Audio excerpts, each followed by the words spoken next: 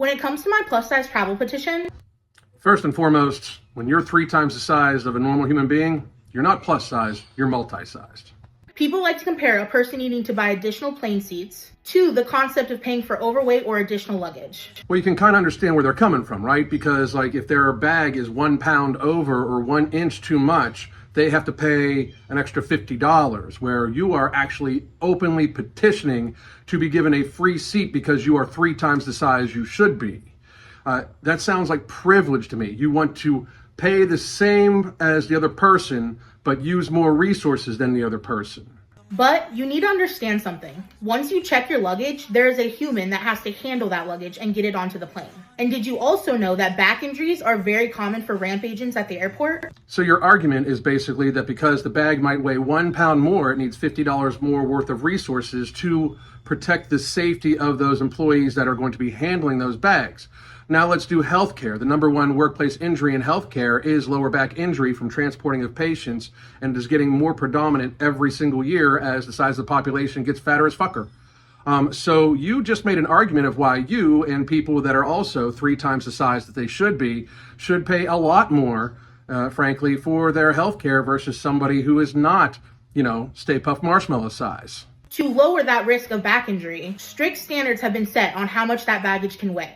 So following along those lines, if we set a strict standard for how much a patient should weigh that is safe for nurses and doctors to transport the patient, and the patient weighs 1 pound over, they should pay double. If they weigh 2 times more than that, they should pay triple. I mean, you are the one making this argument, young lady. You're making an argument based off of weight and safety of employees that would handle that weight. Now let's talk about the healthcare industry. Also, let's be clear that luggage is an inanimate object, and people are sentient individuals with a right to a certain level of decency, respect, and safety. Well, to be clear, you yourself, young lady, are a pretty inanimate object. You don't move much, and that's part of the problem. But if you want to talk about decency and respect towards other people, once again, let's go back to the healthcare workers whose predominant workplace injury is lower back injury from hoisting people like you. And let's have some decency and respect for them. And why don't we even just start with some decency and respect for yourself, seeing as how you're gluttoning yourself to almost immobility.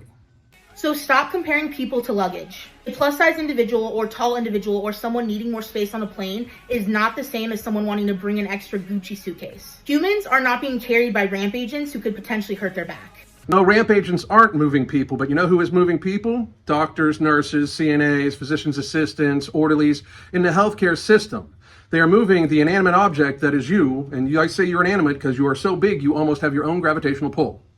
So what you are arguing for is actually for people such as you who have gluttoned themselves to a state of massive, massive, massive morbid obesity. You should pay more for your health care. You should pay more for your insurance premiums. You should pay more for your deductibles.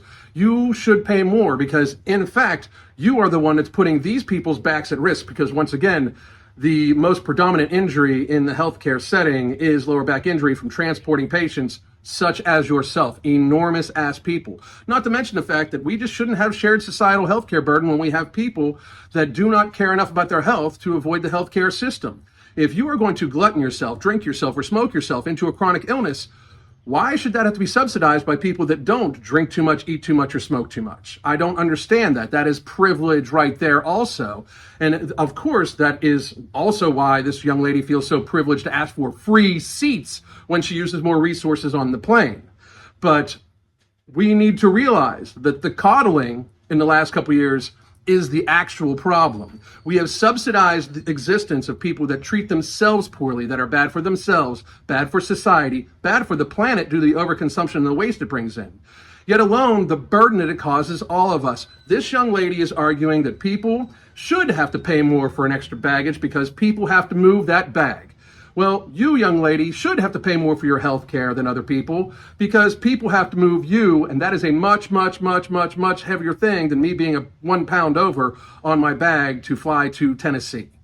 So thank you for your assistance because I would love for us to remove the $3.1 trillion a year in shared societal burden we have alone from people eating too much, drinking too much, and smoking too much, because 90% of all type 2 diabetes is avoidable by lifestyle change, 80% of all cardiac disease is avoidable by lifestyle change, 70% of all cases of stroke and cancer are both avoidable by people not abusing their bodies, such as this woman has, to the point where she has gotten to be a blimp.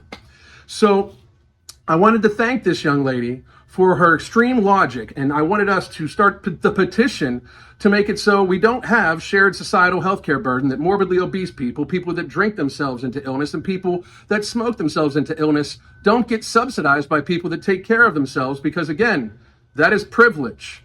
Have a good day.